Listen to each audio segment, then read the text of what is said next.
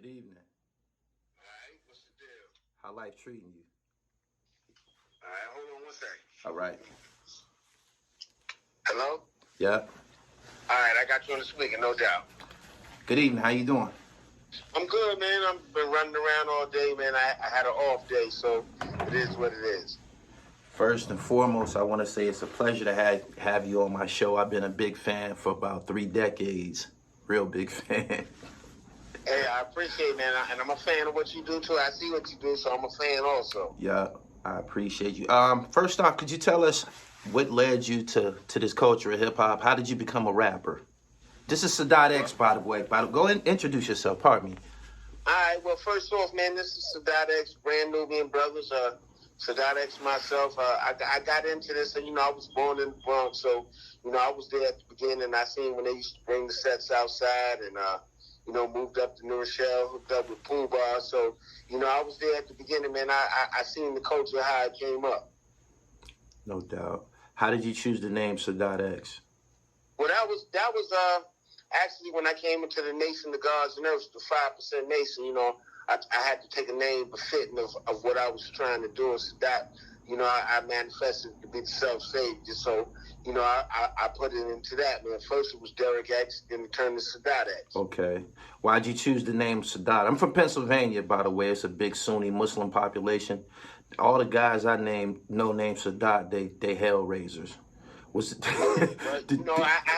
had to put it down like that, man. Like, that just was a name, man, that stuck with me, man. It wasn't no, specific reason. It just stuck with me. It sounded good, and I was like, that's what I'm a represent. And, I always been down, I went to Del State for a little while, so I know about Pennsylvania. I know about the Philly boys, so, I already know. No doubt.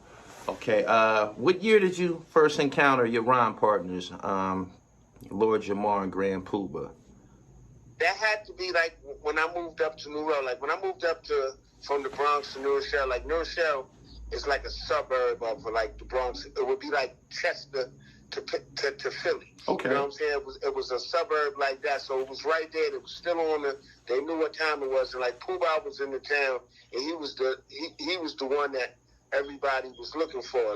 Grand Poobah, he already had his group, Masters of Ceremony. They already had a couple of joints out, so I encountered them when I was basically graduating in the middle of high school. He was the one that was doing shows and doing shit. And, Jamar lived on one side of town. I lived on one side of town. And Poobah was right in the middle. Poobah was in the P's. Okay. And when you encountered them, you was already civilized? Well, I got civilized from them. I was running around. I was coming from the BX. And all through my thing, I was still going back and forth. My people's is Cortland Avenue, Melrose, Jackson, I'm talking about C-Town, Carlton, Hines, Boy George. So I was running back and forth on that side, my cousin TB, all of them. So that's where I was coming from out of that era. Okay. Did you know Carlton Hines personally? Oh, of course. I knew Carlton, definitely. Carlton was a main dude, man. That's why that day, I remember the day when the shit jumped off for him, my cousin called me, and they was like, yo, Carlton got killed. And I remember, because they said he took his cars up there to get detailed or something. And, I don't know, and I knew Pete too. So, it was crazy. So, I don't go too deep into it, but I definitely knew Carlton, and Carlton was a good dude. Right. Early on, you, I think around 1996, you came out with a project titled Wild Cowboys. Yes, sir. Was the Bronx history one of the reasons that you took such a title? Well, Bronx history, indeed. If you know the history of Wild Cowboys, that was notorious people from Washington Heights. So when I said that name, them dudes definitely came and checked me and was like, yo, what you know about Wild Cowboys and this and that? And, I explained to them, yo, I like the name, and, I'm definitely, my people's is thorough, and, they gave me a blessing on that. But if you knew the history of Wild Cowboys, there's a whole history behind that shit. Right. Of course, when they approached you, they knew who you were. Oh yeah, definitely. And that's what helped, because probably if it wasn't that way, I would have probably had a problem. We would have probably had to figure out how we was going to go from there. Oh, they were serious? Oh, yeah, definitely. They definitely came up on me and was like, yo, you saying Wild Cowboys, this is Wild Cowboys. what you know about that? And then, I sat with them and we got together. The Wild Cowboys was the separated brother, Nelson and his brother. Right. They was doing what they was doing because my grandmother lived on 157th Street up there, and I remember like when it first came down. Like I'm an older, so I remember when shit first popped. Like like them boys was up there. First it was the Jerry Curl boys. Like they was some Dominican dudes, and they came out with it. Then I remember when my man and them up the block came out with the baseballs. That was before crack, when they started putting the thing together, and they locked it up, and they had the baseballs. The dudes was coming uptown and copping those. So I was right in the mix of that shit. Like I seen it go down. Oh wow. What is who was some of your inspirations coming out of the Bronx to be an MC? Well, I would have to probably say like my greatest inspiration was like Grandmaster Caz from the Cold Crush, because I had seen them come up to New Orleans, performed, and I had patterned myself basically like after them, Grandmaster Caz, Jazzy 5 MCs, like all the older groups that didn't get a chance to come out, because I was out as a young boy. Like I was going to parties, like probably a lot of parties where I shouldn't have been in, but I was there simply because I loved hip hop and I wanted to be a part of that. Right. Around 1992, Brand Nubian fragmented, correct? Yeah. Okay. Y'all was forced to create another Brand Nubian album which was essentially looked at as y'all lead MC. Yeah, it was a hard time, man, but trust me, we used to go to shows, and, like, we wouldn't really tell people that Pooh Bah wasn't coming, but we get to the shows, and they be like, yo, where's Pooh Bah? And they be like, yo, he had to do whatever, this or that, and, like, a lot of times dudes didn't want to pay us for them shows, so that was, like, a real proving ground. And see, the thing was, like, people didn't understand, like how you got like groups that like was down together for like 10, 11 years trying to get on this and that. Like we came together. Pooh Bah was basically his own entity, and he was trying to produce me and Jamar. Jamar was doing his shit. I was doing my shit. And, we came together. I remember one time we did a song, I think, for Jazzy J, and it sounded good. And Pooh Bah already had the inroads downtown, and he took it downtown and got a deal from Dante Ross and them. And like, we was Brand Nubian. It wasn't like we was a group for 1,000 years before that. Like we came together and made some shit happen. Dope. Okay, so once y'all the opportunity was presented, cohesion followed. We a group now. Yeah, we was a group, but like, it's like when you grow up with your brothers, a lot of times y'all have arguments and y'all fall out, this and that, but they still your brothers, so you love them. So, we went through that, and it probably, at that point in time, probably jammed us. Like, probably if we'd have made another album after the first album, we probably would be more hailed as one of them groups, but we didn't. So that's when the survival mode came in. No doubt. Y'all debut album, was y'all the first to get 5 mics? Well, we wasn't the first to get 5 mics, I don't think, but we was one of the first. I don't know who was the first, but I know that we was like, if they had the top 10 5 mic albums, we was definitely in that. Like, we might not have got the first one, but we got one. And the real shit was, like, we didn't even plan it out like that. Like, we used to go to the studio, like, we was like, shit, man. Like, we go to the studio coming from New Rochelle, we go downtown, we get on the Metro North train to drive, and, it was like, yo, sometimes we didn't know how we was going to get back up top, and shit, that shit was a struggle, man. So, like, to make that album, we didn't know it was going to be 5 mics. We just was like, yo, let's put some shit together. Hopefully we can get a couple of dollars. Because any dollars I was getting, I was trying to take and flip. I was like, if I can get a couple of dollars, I'm going to take it back to the hood. I'm going to do what I do with it. Right.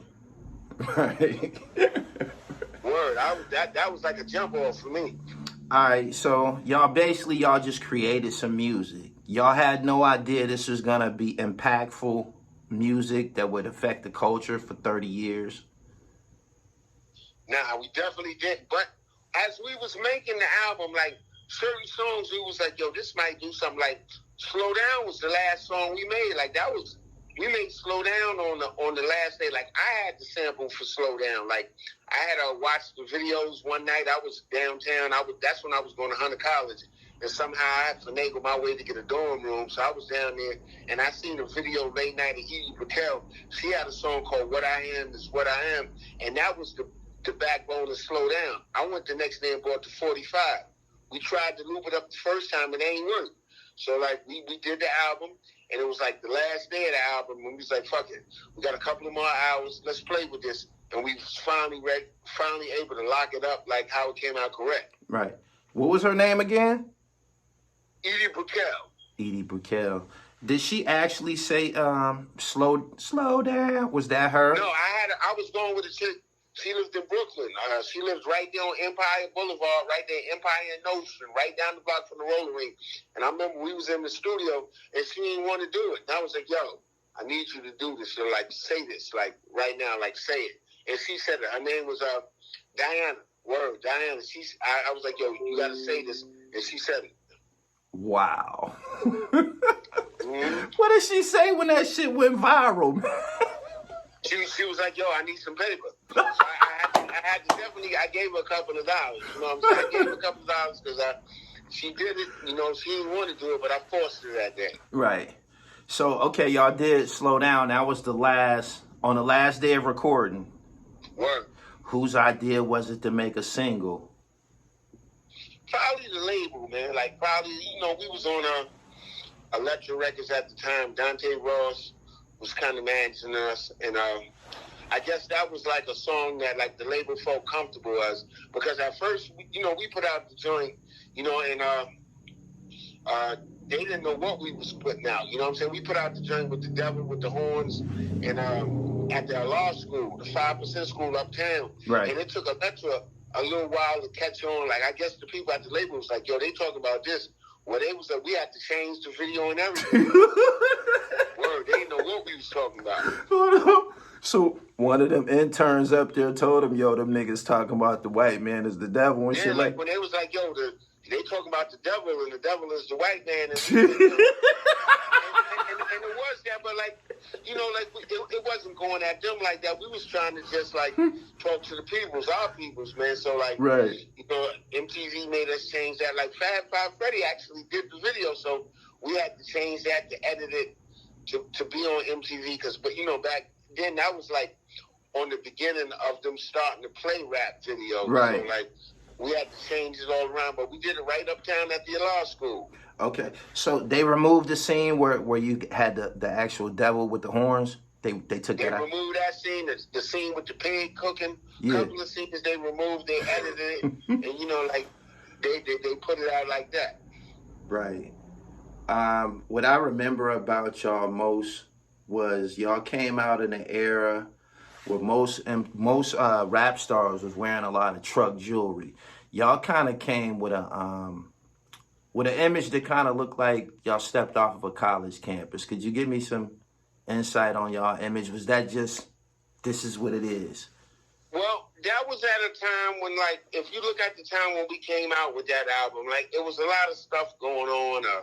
That was the time when the boy got killed out there in, what was that, in Queens, when he got killed by them white kids. And Yusef Hawkins. Yeah, Yusef Hawkins, and it was like, they was putting out a lot of movies, like Spike Lee was putting out his movies. So it was the era of conscious awareness. But, you know, we was still, like, don't get twisted, like, we were still downtown. I was still running around with Boy George and Carlton and these people. So, like, it was still, like, it was a back and forth. It was like a yin and a yang. Right. Tell me what Boy George was like. I've heard I heard various, I don't know, accounts on him. I've also heard that he wasn't too fond for black people. Can you clear that up? Well, the interactions I had with George, and like basically, you know, I met George because when I first met George, he was in a group home in New Rochelle. You understand? Like somehow he wound up in the group home, and it was him. It was another main dude from Brownsville. I can't remember his name, but he eventually left left the group home and was getting a lot of paper and got killed. His name was John. I forgot like what his name was, but he went out to Brownsville. But like George went to Alberlin Junior High School, Newark High School. Like George was driving in. Like George was like, "Yo, listen, you know, y'all, this is what I'm doing," you know, and like it was crazy because like it carried on, and I would see George in later years like downtown, and like George was always good. I remember a couple times I seen George, you know, he give us whole bags of smoke, and he ain't smoke really like that. And George, you know, he was basically a good dude. Like I don't, you know, like get into to the background of him too much, but like Georgie was alright with us. No doubt. During this time of coming up, you in the New Rochelle area. How long was it before you started to encounter the movement that was going on in Mount Vernon? Oh, well, see, like New Rochelle and Mount Vernon, like they like cities next to each other, but it was like a fierce rivalry, like throughout the years. Like a lot of times, like if you was somebody from New Road that went into Mount Vernon and you ain't really know nobody, like them niggas will front on you, and vice versa. You know what I'm saying? It was like. It was crazy, man. Like I remember, like you know, like I fuck with Pete and CL went to school in New Rochelle for a little while, and a lot of them when they had the young guns and all that, like when Pete was messing with them, their building burnt down in the road, and a lot of them had to move to Mount Vernon because their building burnt down. So like they was in like I remember like Tommy Guest and all them like from the Vernon, and it was a bitter rivalry for a long time, man. But you know, like. I ain't never really had no problems with them. Okay. What did y'all fit in at this time? This is y'all debut album dropped in 89, 90, right? Mm-hmm. How were y'all received by the rest of New York City's hip hop community, being as though the 5% Nation was such a big deal at the time? Well, like we was received by everybody from commoners, you know, like people on the street to like people dealing in the street. Like I done ran around with AZ, Boy George, Jesus, Unique from Mecca Audio. I spoke to Unique the other day. Like it was like a, you know, like them dudes held us down. Like Unique had like 2000 Club 2000.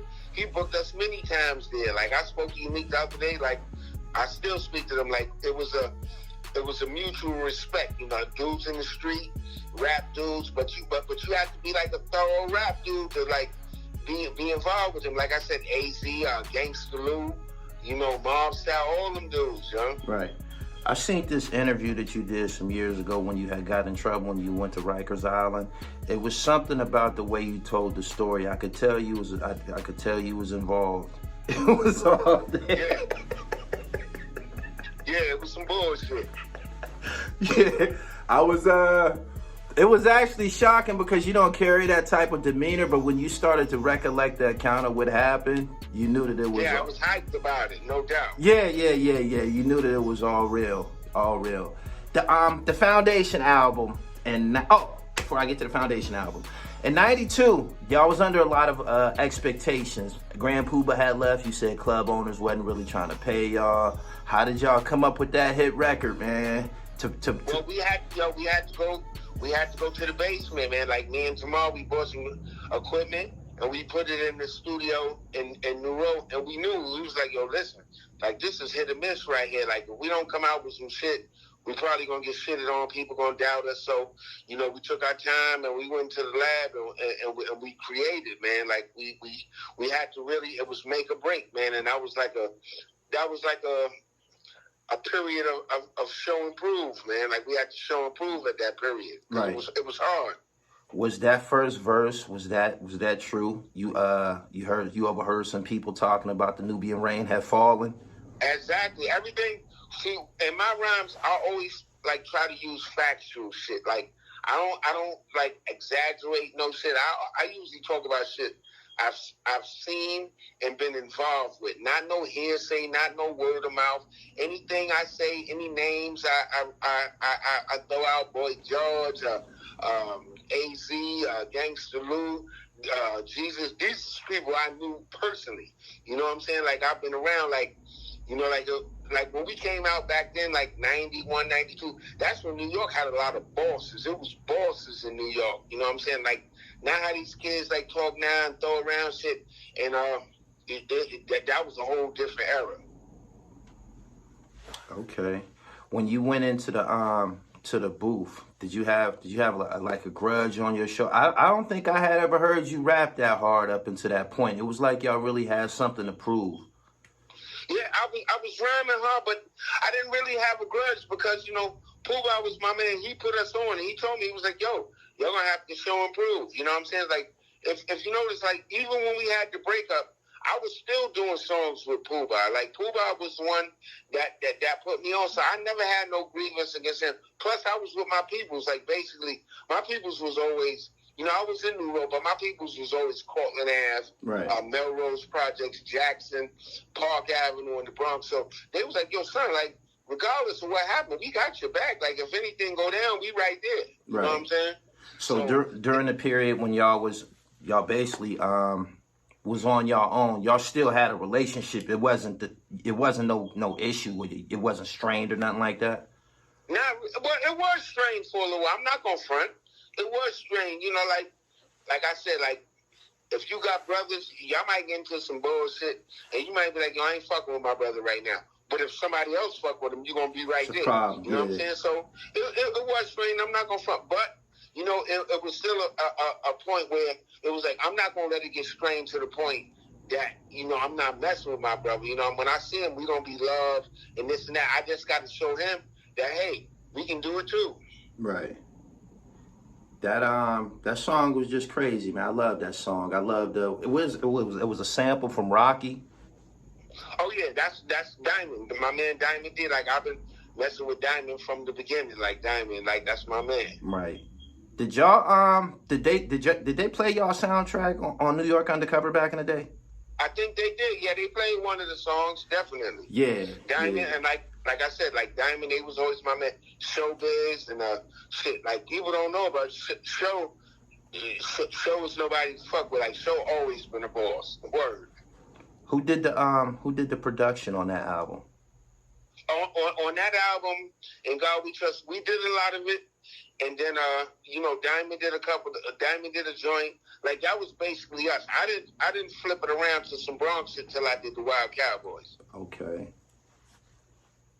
The Foundation album, which is, I think, probably my favorite Brand Nubian album. It came from left field. It was like, I believe, 1998.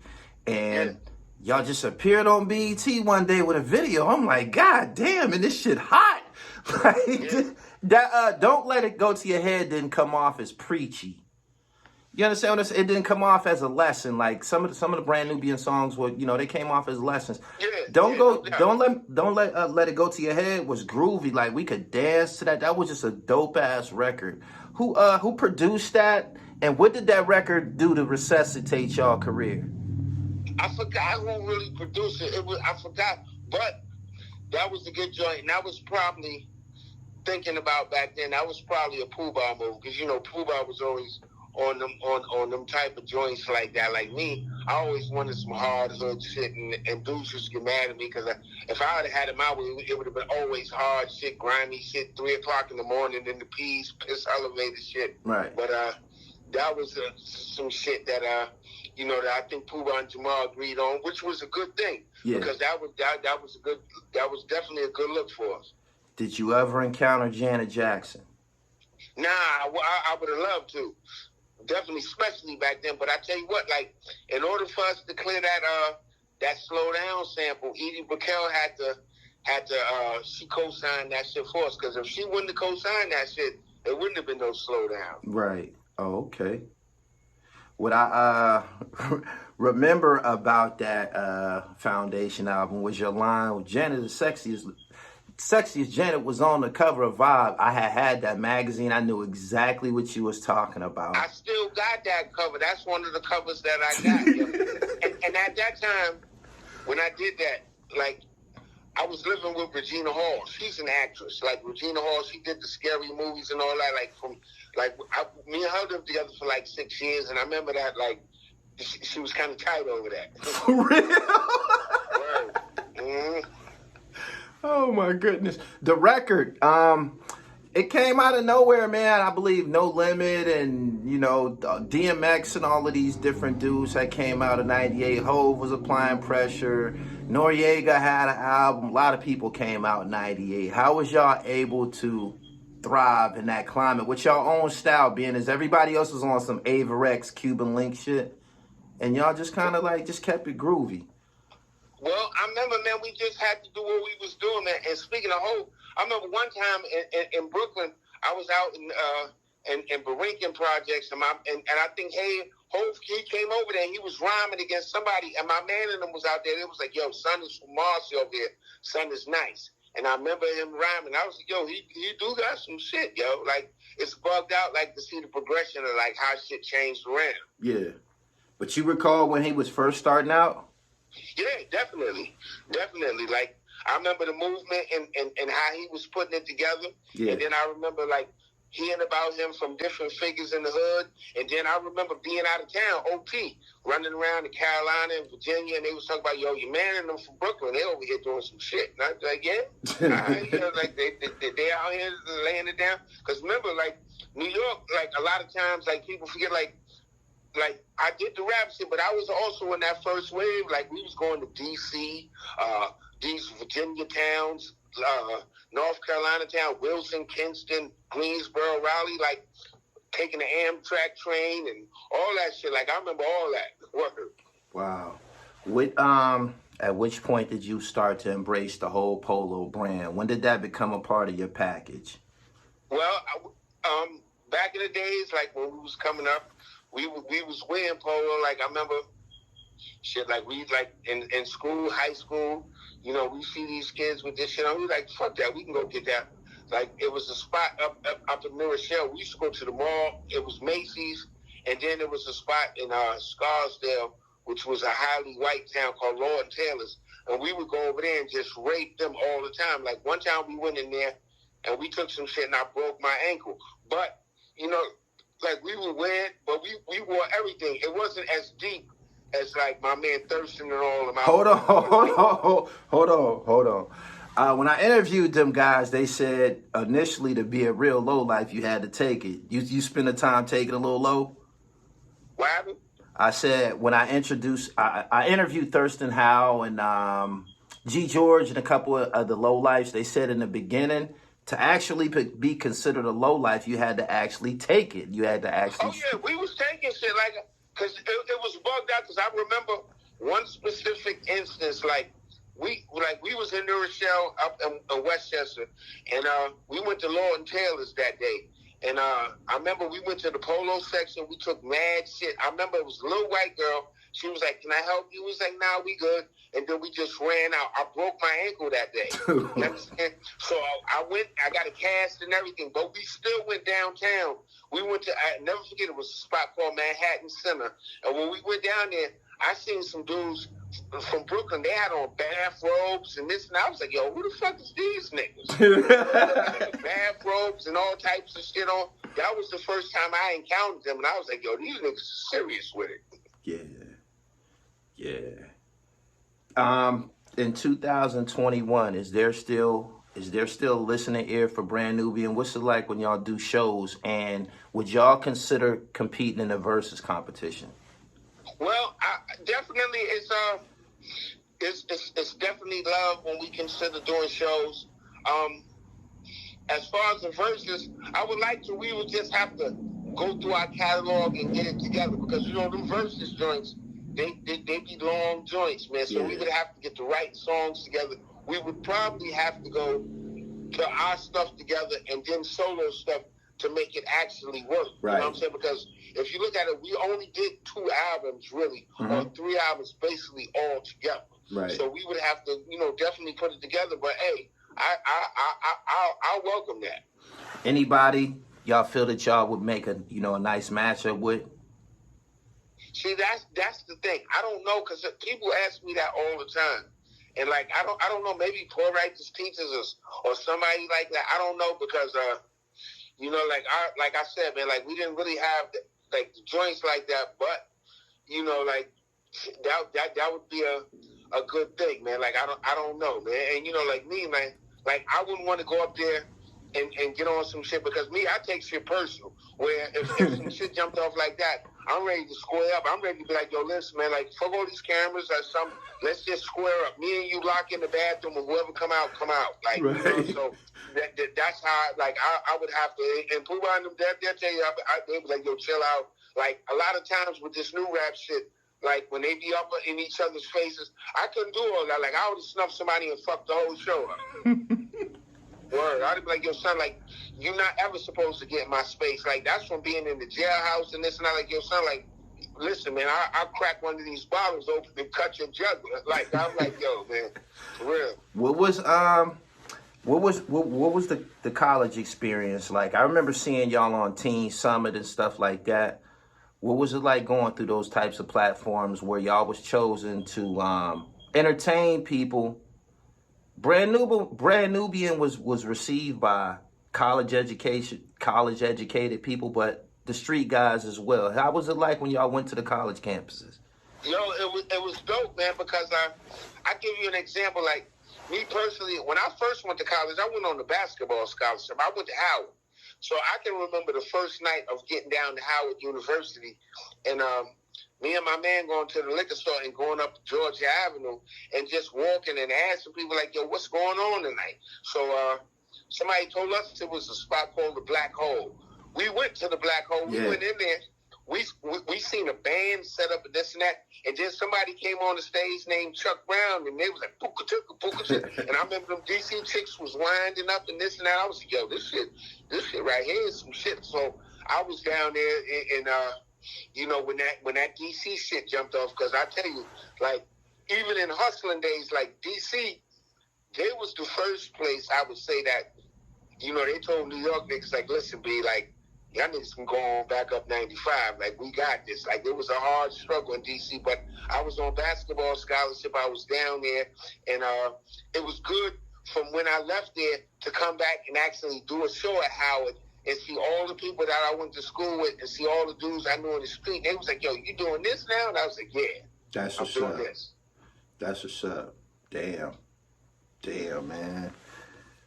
Do you got any favorite? And when I was in D.C., and this is actual fact, I lived in Cook Hall. I brought all my DJ equipment down to Cook Hall, and my room was right over the football field. So when they would be playing games, I remember the song I would pump extra loud was South Bronx. Mm-hmm. Where it would be so loud that people in the stands would be looking and be like, who the fuck is that playing at? It was me. Word. Growing up, okay, you said you was a scholarship basketball player. Did you play against Rod Strickland up there in the Bronx?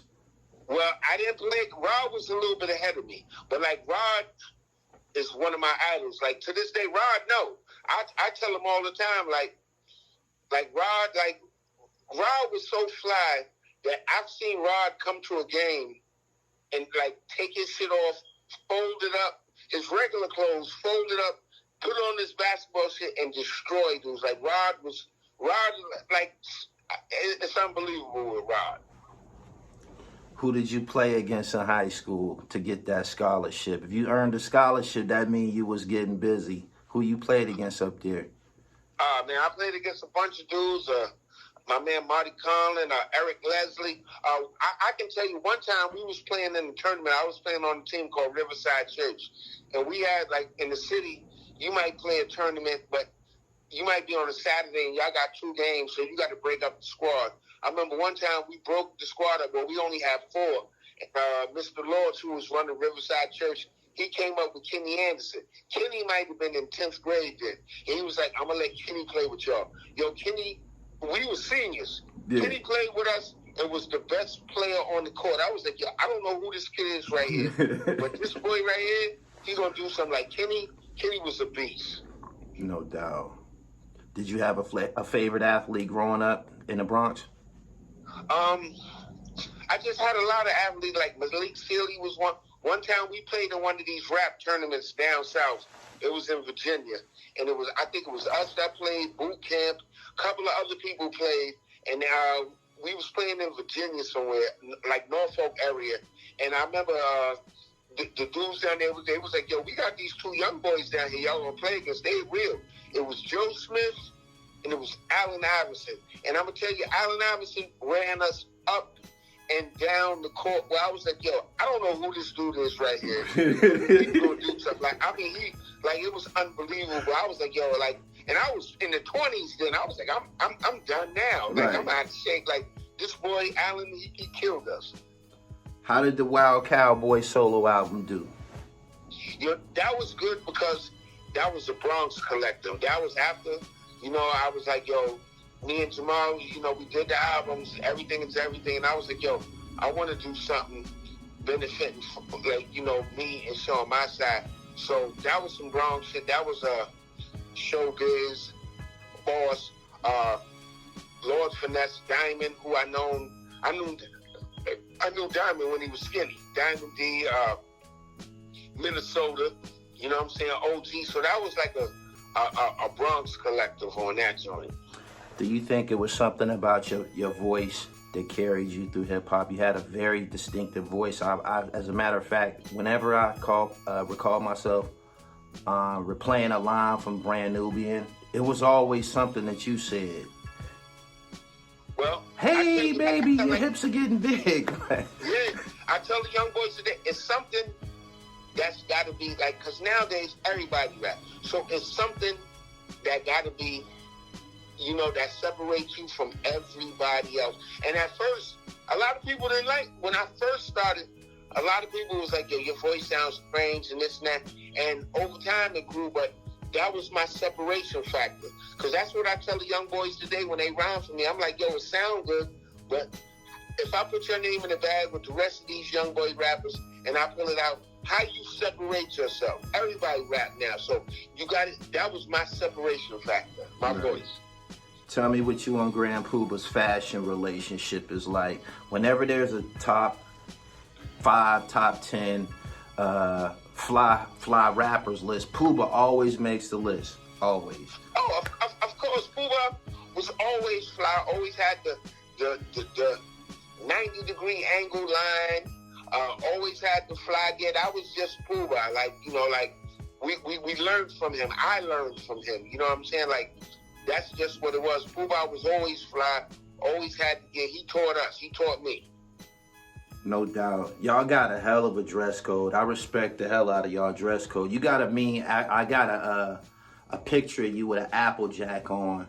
I bought me an Applejack because of you and Raekwon, I believe. I seen Raekwon on the back of the Cuban Links album. He had a nice plaid one. Just, yeah, Ray, definitely, no question. Yeah, that fashion thing is. What were some of the places that you like to shop at and coming up in the Bronx? Coming up, man, like I said, Macy's and all that, the Low Mansion, like wherever they had it at, man, we was there. Like Puba would have a lot of undercover spots, and people would be bringing him stuff. You know, like all the boosters, they know Puba wants some stuff, so they bring it to him. So, you know, basically like that, like. You know, like we all over the city. Right. 2021, are you still active MC? You still doing music? I see you still doing shows. Oh, yeah. Well, I'm definitely still doing shows, but, you know, I've taken another angle, too. Like, I work in a hospital. I'm a surgical, you know, I do sterile processing, which means I clean all the instruments that the surgeons use for surgery. So, you know, I went to school for that. So, you know, like, that was just another angle that I did, man. You know, like, unfortunately, like, rap really ain't got no pension like that. So, you know, you got, as far as me, for my era, and a lot of the older cats, they get mad at these young boys. They be like, yo, they getting all this money, this and that. I'm like, yo, man, like, shit, if you want to get mad, blame your mother and father for having you 30 years too soon. Like, these young boys, they supposed to get that. If there's money out there, I want them to get it. I just want them to be smart with it. Right. You know what I'm saying? I love the young boys. I love what they doing. No doubt. Did y'all ever perform at any of the parliaments or any at the school up there in Harlem? Oh, various parliaments. We always perform at the parliament. Us, shoot, the Wu, RZA, Rakim, like, yeah, like that's just our duty, man. Like, we do that. I miss Papa Wu, man, because Papa Wu will be there, and I just miss seeing him, and you know, just vibing with him and his energy for those, you know. But like, we definitely did all the parliaments. Right. When the last couple of years that Lord Jamar has been critical of Eminem, which leads to a lot of conflict online. When Jamar take Eminem there, I share the same opinion about Eminem. By the way, I feel that he's overrated and stuff like that. Yeah. But Jamar has been in situations where I think he's been mentioned in diss records and stuff like that. I know M said something about him once, and I believe Royce might have made a threat like, you know what I'm saying? When things like that happen lyrically to your brother, how does it rub you? Well, it's funny because, like, I like Royce. You know what I'm saying? Like, Royce to me is super dope. You know what I'm saying? But I'm a stand by my brother. And Jamal's a grown man. He do what he do. Like, a lot of his sentiments towards him, like some of it I don't feel the same way. Some of it I feel, you know, I back him on. But you know, I'm a stand with him, you know, to a point. But like I said, man, like he's gonna have his opinions, and he's gonna do what he do. Like sometimes, like it might not necessarily be my opinion, but right. I'm not gonna let nobody throw him under the bus either. Right. What exactly is your opinion about Eminem? He's often mentioned amongst the elite, but to put him, you know, in the elite, that would be like leapfrogging people like Grand Poobah. I don't agree with it. When you hear people bring up Eminem as far as being one of the greatest of all times, how does that rub you?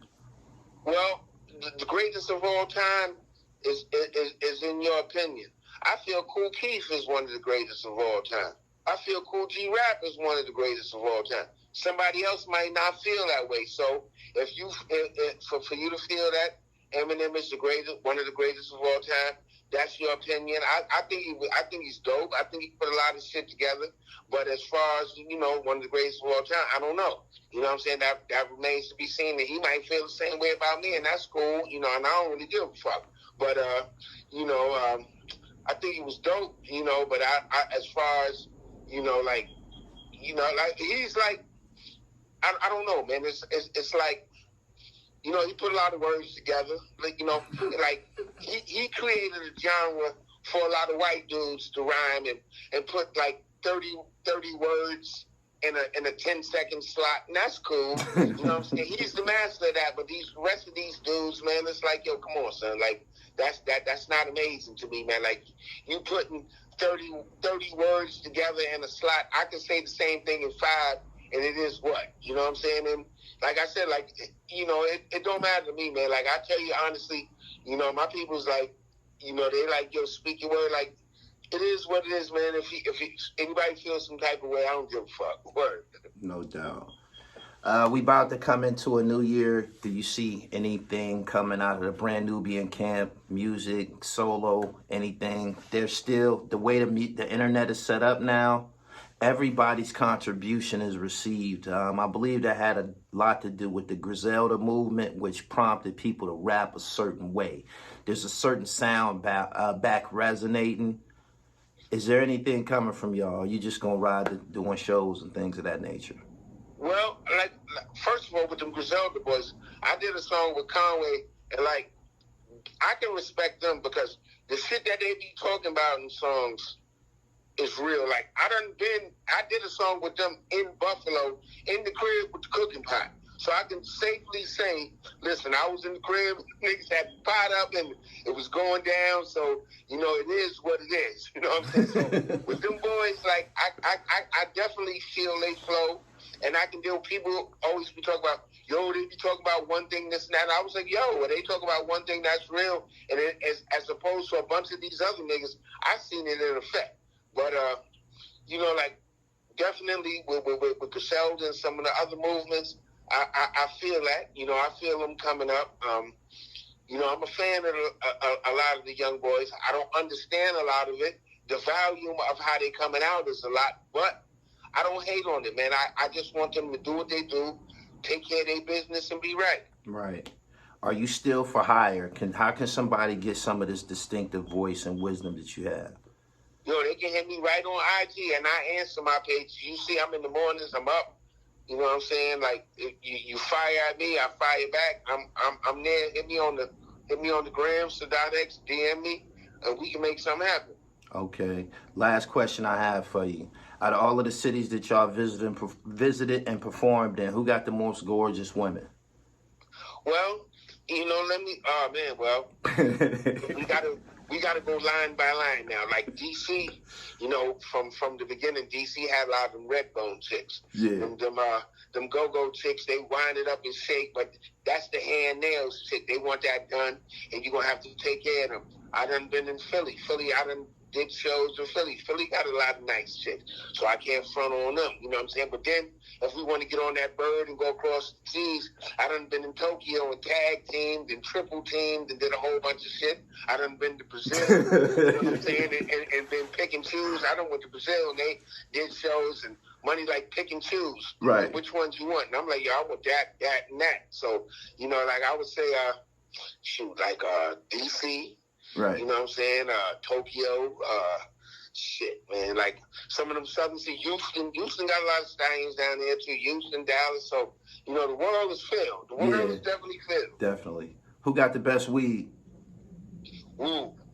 Before, it used to be just Cali. Like when we first started coming out, we would have our smoke from New York. New York always has some good smoke. But you go out to Cali and get that real shit, or go up in the north, up in Oregon and this and that. But now, the way it is now, it's all over now, man. You go to Vegas and go to them dispensaries and here and there. You go somewhere in PA, get it, like, it's all over right now. No I doubt. just want my people, like, to watch out because they fuck with them pills, and that fentanyl shit is real right now. Yeah, it's terrible. Watch out, yo. It's terrible. Yeah. One of the last things I want to ask you about two people. I just love these guys. Give me a story or a memory that you have about Google from Gangstar. Oh, man. I remember one time we was in a hotel, and it was Pam Grier had a book out, and she was scheduled to talk the next morning. I think it was about 11 o'clock. Mm-hmm. I went downstairs about 9:30, 10 o'clock, and Guru was at the bar. And me and him sat at the bar and got twisted till 11 o'clock, where I think I said some wild shit to Pam. I don't even know what I said to her, but I know it didn't click off right. And I had to go back upstairs. Word up. Heavy D, last question. Tell me, I seen him in concert one time. I've seen Biggie, I've seen Tupac, I've seen Jay-Z, I've seen Drake, I've seen Ice Cube. Heavy D put on the greatest show I ever seen at the Nothing But Love tour in 1994. Yeah. Give me your fondest memories of the big fella. Well, the big fella, I remember first of all, Have was in the Vernon, and he had them goons with him. And Have was peaceful, and you think about Heavy D, but he had goons with him, and if something would happen with Have, them niggas would gun you down. But I just remember Have being real light on his feet. Like, if you ever look at the Flintstones when Fred Flintstone was Twinkle Toes, that was Have. Have was nice. He could do them dances. No doubt. Sadat, man, this meant everything to me, man. I'm steadily checking things off my bucket list. If it ain't an NBA player, it's a legendary MC. You always been one of my favorites, and I appreciate you for coming to my platform, man. This meant a lot No doubt. to me. I appreciate you too, and like I said, man, I follow, so I'm watching, no doubt. Can you give me a drop? We can get up out of here. At some point, maybe we can do this in person, but I really appreciate you for coming to Gully TV. All right, you want me to say it now? Yeah, go ahead. Yo, check it out. This is the Wild Cowboy with a lot of style, boy, one of one, the great Sadat X, the untraceable, and I'm here on Gully TV. And if you're on TV and you ain't on Gully TV, then you not on TV. That's what it is. Peace. Appreciate you, Sadat. No doubt. I appreciate you too, boy. Yeah, one.